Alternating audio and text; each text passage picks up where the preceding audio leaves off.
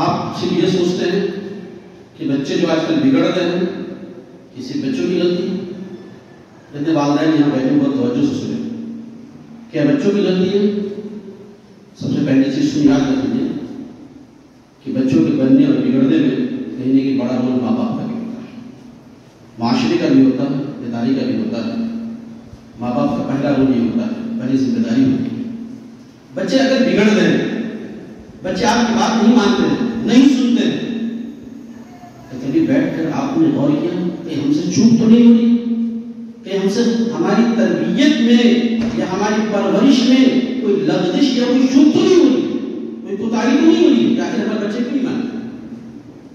اللہ کا طریقہ ہے کہ جب آپ اللہ رب العالمین کی نافرمانی کریں گے تو اللہ تبارک و تعالیٰ آپ کے ماتحتوں کو آپ کا نافرمان بنا دیں گے، آپ کے ماتحتوں کو آپ کا نافرمان بنا دیں گے۔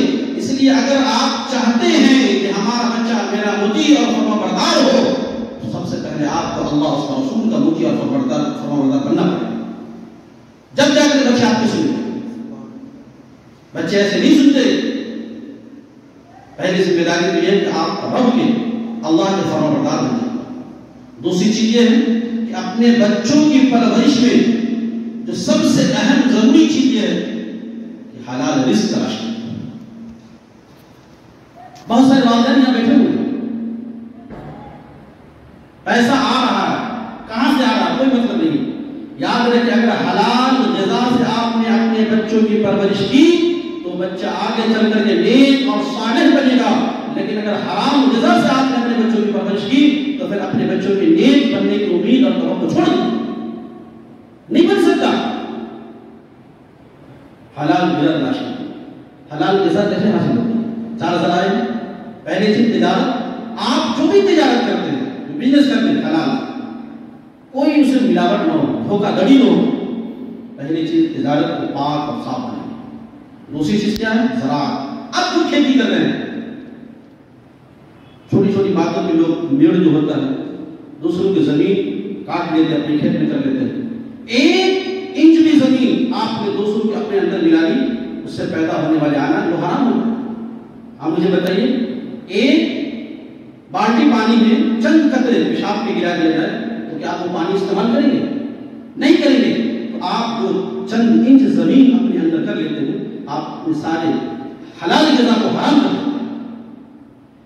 اس لیے تجارت میں حلال روزی ہے، جھوٹ بول کر کے، دھوکہ دڑی دے کر کے آپ نے کسی کو مال دیا، چند پیسے کے لیے سارا حرام بن گیا، مکس ہو گیا۔ اس لیے دوسری چیز پہلی تجارت، دوسری زراعت، اور تیسری چیز کیا ہے؟ تیسری چیز انسان کی وراثت بھی آتی ہے۔ وراثت بھی کہ مال آج نہیں، وراثت کا حال ہے۔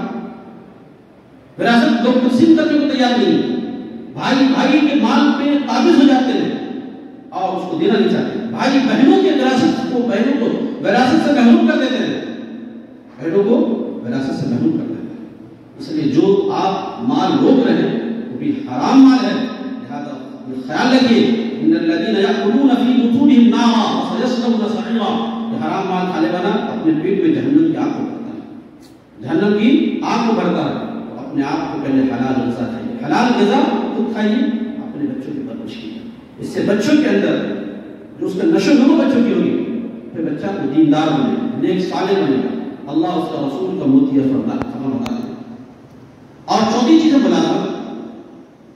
ملازمت کے ذریعے انسان پیسہ کماتا ہے۔ ملازمت، آپ کہیں نوکری کر رہے ہیں، کہیں جاب کر رہے ہیں، جو سامنے والے سے معاہدہ ہوا کہ 5 گھنٹہ 6 گھنٹہ یا 8 گھنٹہ آپ کو ڈیوٹی دینی ہے، اس وقت میں اگر کوئی کوتاہی کر رہے ہیں، کوئی خیانت کر رہے ہیں، جتنے دیر آپ نے خیانت کیا، اپنے کام میں استعمال کیا، وہ پیسہ آپ کا حرام بن جائے گا۔